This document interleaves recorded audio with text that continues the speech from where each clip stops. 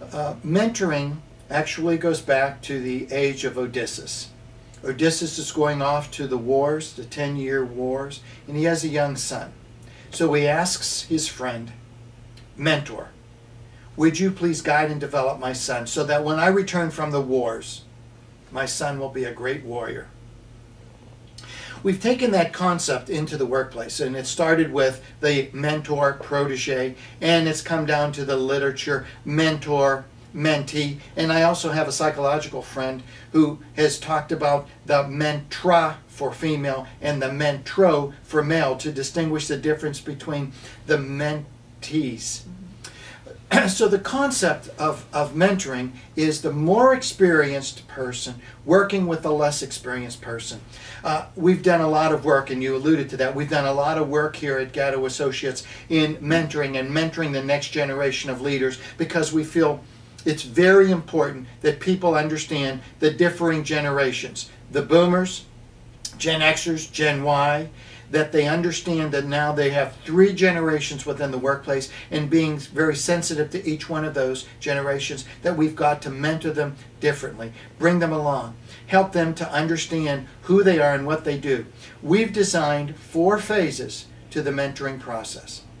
The initial stage, phase 1, where we begin to identify the skill sets of that person. Phase 2, cultivation, where we begin to cultivate and to bring that person along, help that person to believe in themselves, help that person to say, I now understand my job, I can totally fulfill the responsibilities of my job, and now take on responsibilities of a leader. To begin to separate from the mentor and demonstrate leadership skills, and that they are capable of being autonomous. Phase 4, autonomy. So as you take a look at those 4 phases, you can see that you bring somebody into a position or a job. In other words, they are given responsibilities that they need to fulfill. First, they have to need and want to learn those responsibilities and begin to fulfill them. Phases, cultivating and development, phase 2. Phase 3, where we begin to develop that person so that they do feel that they can separate and have confidence in making those decisions on their own, and then becoming autonomous. So I could put it this way. Someone gets a position, learns that position. They're able now to fulfill that position because the mentor helps them.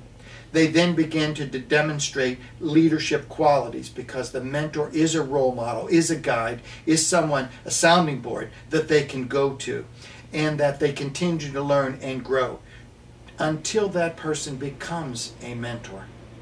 The highest position that someone can have in an organization is not the leader, but the person who the leader of that organization goes to, the mentor of the leader.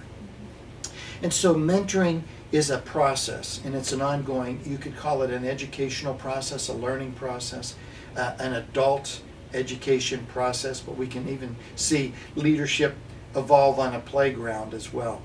But it is that ability within oneself to be open so that you will share your experiences with others. Again, it is the more experienced working with the less experienced and helping that person to gain confidence in themselves, to acquire and to take on wider scopes of responsibility. And to me, that's the mentoring process. We want to develop people to feel comfortable within themselves and fulfill their own gifts and talents and move forward.